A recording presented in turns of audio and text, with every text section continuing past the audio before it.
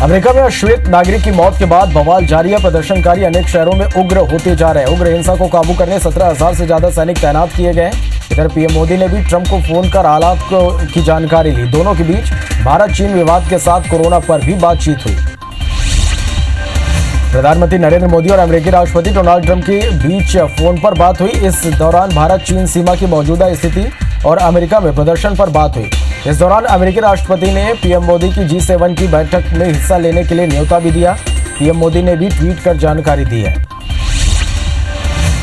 Amphan के बाद अब निसर्ग चक्रवात तूफान को लेकर अलर्ट जारी किया गया। आज चक्रवाती तूफान निसर्ग गुजरात और महाराष्ट्र से तटों से टकराने की संभावना है। तटीय इलाकों से 1 लाख से ज्यादा लोगों को शिफ्ट किया गया है। सुरक्षा के मद्देनजर एनडीआरएफ की टीमें तैनात की गई है। पीएम मोदी भी हालात पर नजर बनाए हुए हैं। कोरोना काल के बीच विदेश में फंसे भारतीयों को वतन वापस लाया जा रहा। भारत सरकार द्वारा वंदे भारत मिशन के तहत सुबह दुबई से 153 भारतीय चंडीगढ़ इंटरनेशनल एयरपोर्ट पर उतरे। एयरपोर्ट में सभी भारतीयों की स्क्रीनिंग की गई। विमान में सभी भारतीयों की सुरक्षा का ध्यान रखा गया। मध्य प्रदेश में राज्यसभा चुनाव को लेकर सरगर्मी तेज हो गई है। वी.डी. शर्मा ने दावा किया कि निर्दलीय विधायकों के समर्थन से राज्यसभा में 2 सीटें जीतेंगे। इधर सिलावट ने उपचुनाव में सभी सीटों पर कब्जे की बात कही। उन्होंने कहा कि बीजेपी में व्यक्ति नहीं संगठन चुनाव लड़ता है। भोपाल में सीएम शिवराज की मैराथन बैठक होगी। आज दोपहर 2 बजे जनप्रतिनिधियों से सीएम मुलाकात करेंगे। कोरोना की तैयारियों को लेकर समीक्षा करेंगे। फिर सीएम शिवराज से शाम 5 बजे आत्मनिर्भर मध्य प्रदेश को लेकर चर्चा करेंगे। मध्य प्रदेश में मंत्रिमंडल विस्तार की हलचल तेज हो गई है। गोपाल भार्गव, विजय शाह और गौरीशंकर बिसेन ने सीएम शिवराज सिंह चौहान से मुलाकात की। मंत्री बनने की कवायद में कई दिग्गजों के पत्ते कट सकते हैं। पूर्व मुख्यमंत्री और पूर्व केंद्रीय मंत्री उमा भारती मुरैना पहुंची। उमा भारती ने दिग्विजय सिंह के सोशल मीडिया में जनता से अपील पर बात करते हुए कहा। उमा भारती ने कहा कि उनकी हालात तो बहुत खराब है। वो तो खुद हारे हुए हैं। जनता उनसे दूर भागती है, फिर उनकी बातों पर कौन भरोसा करेगा। उमा भारती ने कमलनाथ के उस बयान पर भी पलटवार किया जिसमें कमलनाथ ने 15 अगस्त को झंडा फहराने की बात कही। इस पर जवाब देते हुए उमा भारती ने कहा कि हर कोई स्वतंत्र है अपने घरों में झंडा वंदन करने के लिए। किसी को किसी ने रोका थोड़े नहीं है। भोपाल में IBC-24 की खबर का बड़ा असर हुआ है। ड्यूटी के दौरान जान गंवाने वाले कोरोना योद्धा योगेंद्र सोनी की 5 साल की बेटी ने सीएम से मदद की गुहार लगाई थी।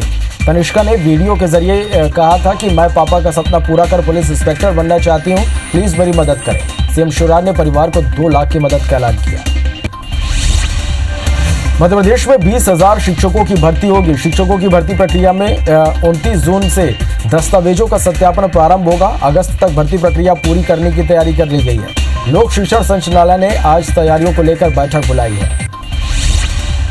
अरब सागर से उठा चक्रवाती तूफान निसर्ग प्रचंड हो सकता है। मध्य प्रदेश में सबसे अधिक इसका असर भोपाल, इंदौर और उज्जैन संभाग के साथ पश्चिम मध्य प्रदेश में होगा। ग्वालियर और चंबल संभाग में भी तूफान का असर होगा। इन इलाकों में तेज हवा और आंधी के साथ बारिश हो सकती है। आज से 5 जून तक तूफान का असर रह सकता है। मुख्यमंत्रियों की रैंकिंग में छत्तीसगढ़ के सीएम भूपेश बघेल को दूसरा स्थान मिला है। कांग्रेस शासित राज्यों में छत्तीसगढ़ नंबर 1 है। टॉप 5 में बीजेपी शासित राज्यों के एक भी सीएम शामिल नहीं है। एक निजी कंपनी ने सर्वे किया है। छत्तीसगढ़ में लगातार कोरोना के मरीज बढ़ रहे हैं। रायपुर के एम्स और माना सेंटर लगभग फुल हो चुके हैं। एम्स के 100 बेड का अस्पताल पैक हो गया है। यहाँ 500 बिस्तरों की व्यवस्था की जाएगी। माना में 100 में से 72 बेड यहाँ पर पैक हो चुके हैं। अम्बेडकर अस्पताल में 40 बेड के साथ इलाज की व्यवस्था है। यहाँ 80 बेड के आइसोलेशन वार्ड पर काम चल रहा है। छत्तीसगढ़ के चित्रकूट में विधानसभा के दौरान साल 2019 में हुए उपचुनाव के दौरान बस अधिग्रहण मामले में फ्रॉड हुआ है। इसमें पुलिस लाइन की एमटी शाखा में 26 लाख रुपए का फर्जी बिल लगाने का मामला सामने आया है। चुनाव में लगी बसें राजनांदगांव जिले के दादा ट्रेवल्स की बताई जा रही हैं।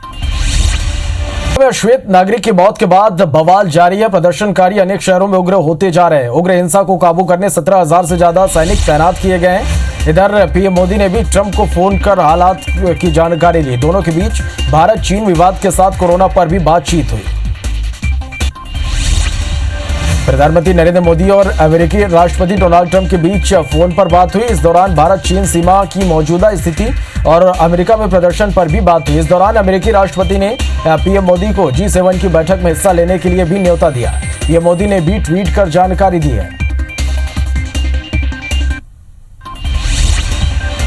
दुनिया भर में 64,73,000 से ज्यादा कोरोना के मामले सामने आए। अब तक 30 लाख से ज्यादा लोगों ने कोरोना से जंग भी जीता है। कुल मौत का आंकड़ा 3,81,000 के पार जा पहुंचा है। वहीं अमेरिका, ब्राजील और रूस से ज्यादा मामले सामने आ रहे हैं। अमेरिका में एक दिन में 21,000 नए केस मिले। यहां कोरोना से अब तक 18,80,000 लोग प्रभावित हुए। अमेरिका में अब तक 1,08,000 से ज्यादा लोगों की मौत हो गई है। वहीं लगभग 6,45,000 मरीज ठीक भी हुए हैं। ब्राजील में कोरोना संक्रमित बढ़कर 5,56,000 हो गए हैं। विश्व में ब्राजील दूसरे पायदान पर आ गया है। एक दिन में यहां रिकॉर्ड 27,000 मामले मिले हैं। ब्राजील में अब तक 31,000 से ज्यादा लोगों की मौत हो चुकी है।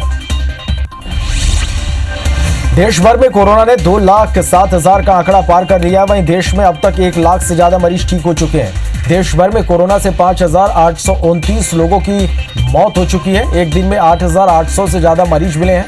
भारत की रिकवरी रेट 48% हो गई है। देश में महाराष्ट्र कोरोना का हॉटस्पॉट बना हुआ है। एक दिन में 2,287 नए मरीज मिले हैं। यहां अब तक 2,465 लोगों की मौत हो गई है। वहीं संक्रमितों की संख्या बढ़कर 72,000 को पार कर गई है, जबकि कोरोना से 31,000 मरीज ठीक भी हुए। देश में गुजरात कोरोना के मामले में चौथे स्थान पर है। गुजरात में अब तक 17,632 कोरोना पॉजिटिव मिले हैं। प्रदेश में अब तक 1,092 लोगों की मौत हो चुकी है। वहीं 11,894 लोग कोरोना का हराकर घर जा चुके हैं। देश की राजधानी दिल्ली में कोरोना मरीजों की संख्या 22,000 को पार कर गई है। अब तक 556 लोगों की मौत हो चुकी है। दिल्ली में कोरोना से 9,243 लोग ठीक हो चुके हैं। अनलॉक 1 में सीएम ने दिल्ली वालों को कई राहत भी दी है। इधर मुंबई में एक दिन में 1,117 से ज्यादा नए मरीज सामने आए हैं। मुंबई में अब तक कोरोना के 42,216 केस हो गए हैं। अभी तक 1,368 लोगों की मौत हो चुकी है। यहां लगभग 17,000 मरीज पूरी तरह ठीक होकर घर जा चुके हैं। अहमदाबाद में 279 नए मरीज मिले हैं। अहमदाबाद में लगातार आंकड़ा बढ़कर 12,773 मरीजों के पार तक जा पहुंचा है। शहर में अब तक 888 लोगों की मौत हो चुकी है। बता दें कि 8,727 मरीज ठीक होकर घर जा चुके हैं। मध्य प्रदेश में मरीजों की संख्या 8,494 पहुंच गई है। कोरोना से प्रदेश में अब तक 365 लोगों ने वायरस से जान गंवाई है। वहीं 5,238 मरीज कोरोना से जंग जीतकर डिस्चार्ज हो चुके हैं। कोरोना के एक्टिव मरीजों की संख्या 3,117 हो गई है। इधर इंदौर में कोरोना के 27 नए मरीज मिले हैं। इंदौर में कोरोना मरीजों का आंकड़ा 3,597 पहुंच गया है। शहर में 3 लोगों की मौत के बाद आंकड़ा 141 जा पहुंचा है। वहीं इंदौर में 2,029 संक्रमित मरीज ठीक भी हो चुके हैं। छत्तीसगढ़ में 23 नए मरीज मिले हैं। प्रदेश में कोरोना मरीजों की संख्या लगातार बढ़ रही है। अब यहां जो आंकड़ा है वो 573 हो गया है। राज्य में अब एक्टिव मरीजों की संख्या 442 है। सभी मरीजों का इलाज जारी है। राज्य में अब तक 2 मरीजों की मौत हो गई है। आपको बता दें कि 130 मरीज स्वस्थ होकर डिस्चार्ज हो चुके हैं। अम्फान के बाद अब निसर्ग चक्रवात तूफान को लेकर अलर्ट जारी किया गया है। आज चक्रवाती तूफान निसर्ग गुजरात और महाराष्ट्र के तटों से टकराने की संभावना है। तटीय इलाकों में 1 लाख से ज्यादा लोगों को शिफ्ट किया गया है। सुरक्षा के मद्देनजर एनडीआरएफ की टीमें तैनात की गई है। पीएम मोदी भी हालात पर नजर बनाए हुए हैं। निसर्ग तूफान आने के पहले भारतीय नौसेना तैयारियों में जुटी है। पश्चिमी नौसेना कमान ने बाढ़ राहत और बचाव और गोताखोरों की सहायता के लिए पर्याप्त संसाधन जुटाए हैं। पश्चिमी समुद्र तट पर शहरी और ग्रामीण दोनों क्षेत्रों में अत्यधिक बारिश और बाढ़ की स्थिति में तैयारी तेज है। संबंधित राज्य सरकारों के साथ समन्वय के लिए भारतीय नौसेना तैयारियों में जुटी है। निसर्ग तूफान को लेकर मौसम वैज्ञानिकों का कहना है कि तूफान आज दोपहर में तट को पार करेगा। तब इसकी गति 100-120 किलोमीटर प्रति घंटा रहने की उम्मीद है। खासतौर पर मुंबई, ठाणे, रायगढ़ में दक्षिण कोंकण में भारी वर्षा अभी रिकॉर्ड की गई है। वैज्ञानिकों का कहना है कि आधी रात के बाद तूफान कमजोर पड़ सकता है। निसर्ग तूफान आने से पहले मुख्यमंत्री उद्धव ठाकरे ने लोगों से अपील किया है कि आप अपने घरों के भीतर ही रहें। निसर्ग तूफान की 100 से 120 किलोमीटर प्रति घंटा की रफ्तार से चलने की उम्मीद है। ऐसे में लोगों को घर पर ही रहने की हिदायत मुख्यमंत्री ने दी है।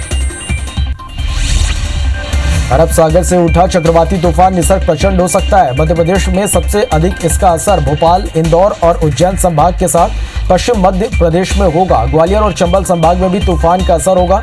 इन इलाकों में तेज हवा और आंधी के साथ बारिश हो सकती है। आज से 5 जून तक तूफान का असर रह सकता है। मध्य प्रदेश में राज्यसभा चुनाव को लेकर सरगर्मी तेज हो गई है। वी डी शर्मा ने निर्दलीय विधायकों के समर्थन से राज्यसभा में 2 सीट जीतने का दावा किया। इधर सिलावट ने उपचुनाव में सभी सीटों पर कब्जे की बात कही। उन्होंने कहा कि बीजेपी में व्यक्ति नहीं संगठन चुनाव लड़ता है। भोपाल में सीएम शिवराज की मैराथन बैठक हो सकती है। आज दोपहर 2 बजे जनप्रतिनिधियों से सीएम मुलाकात करेंगे। कोरोना की तैयारियों को लेकर समीक्षा कर सकते हैं। फिर सीएम शिवराज से शाम 5 बजे आत्मनिर्भर मध्य प्रदेश को लेकर चर्चा करेंगे। मध्य प्रदेश में मंत्रिमंडल विस्तार की हलचल तेज हो गई है। गोपाल भार्गव, विजय शाह और गौरी शंकर बिसेन ने सीएम शिवराज सिंह चौहान से मुलाकात की है। मंत्री बनने की कवायद में कई दिग्गजों के पत्ते कट सकते हैं। भोपाल में एबिसो 4 की खबर का असर हुआ है। ड्यूटी के दौरान जान गंवाने वाले कोरोना योद्धा योगेंद्र सोनी की 5 साल की बेटी ने सीएम से मदद की गुहार लगाई थी। तनिष्का ने वीडियो के जरिए कहा, मैं पापा का सपना पूरा कर पुलिस इंस्पेक्टर बनना चाहती हूँ, प्लीज मेरी मदद करें। सीएम शिवराज ने परिवार को 2 लाख की मदद का ऐलान किया है। कोरोना के चलते लॉकडाउन में मजदूर सबसे ज्यादा परेशान है। अब मुंबई में फंसे रीवा के मजदूरों के लिए राजेंद्र शुक्ल ने सोनू सूद से मदद मांगी है। इस पर अनु यादव ने निशाना साधा। उन्होंने कहा कि पूर्व मंत्रियों को शिवराज सरकार पर भरोसा नहीं रह गया, इसलिए एक्टर से मदद लेने की जरूरत पड़ रही। मध्य प्रदेश में 20,000 शिक्षकों की भर्ती होगी। शिक्षकों की भर्ती प्रक्रिया 29 जून से दस्तावेजों का सत्यापन प्रारंभ होगा। अगस्त तक भर्ती प्रक्रिया पूरी करने की तैयारी कर ली गई है। लोक शिक्षण संचालनालय ने आज तैयारियों को लेकर बैठक बुलाई है। पूर्व मुख्यमंत्री और पूर्व केंद्रीय मंत्री उमा भारती मुरैना पहुंची। उमा भारती ने दिग्विजय सिंह के सोशल मीडिया में जनता से अपील पर बात करते हुए कहा कि उमा भारती ने कहा कि उनकी हालत तो बहुत खराब है, वो तो खुद हारे हुए हैं, जनता उनसे दूर भागती है, फिर उनकी बातों पर कौन भरोसा करेगा। उमा भारती ने कमलनाथ के उस बयान पर भी पलटवार किया जिसमें कमलनाथ ने 15 अगस्त को झंडा फहराने की बात कही। इस पर जवाब देते हुए उमा भारती ने कहा कि हर कोई स्वतंत्र है अपने अपने घरों में झंडा वंदन करने के लिए, किसी को कौन रोक सकता है।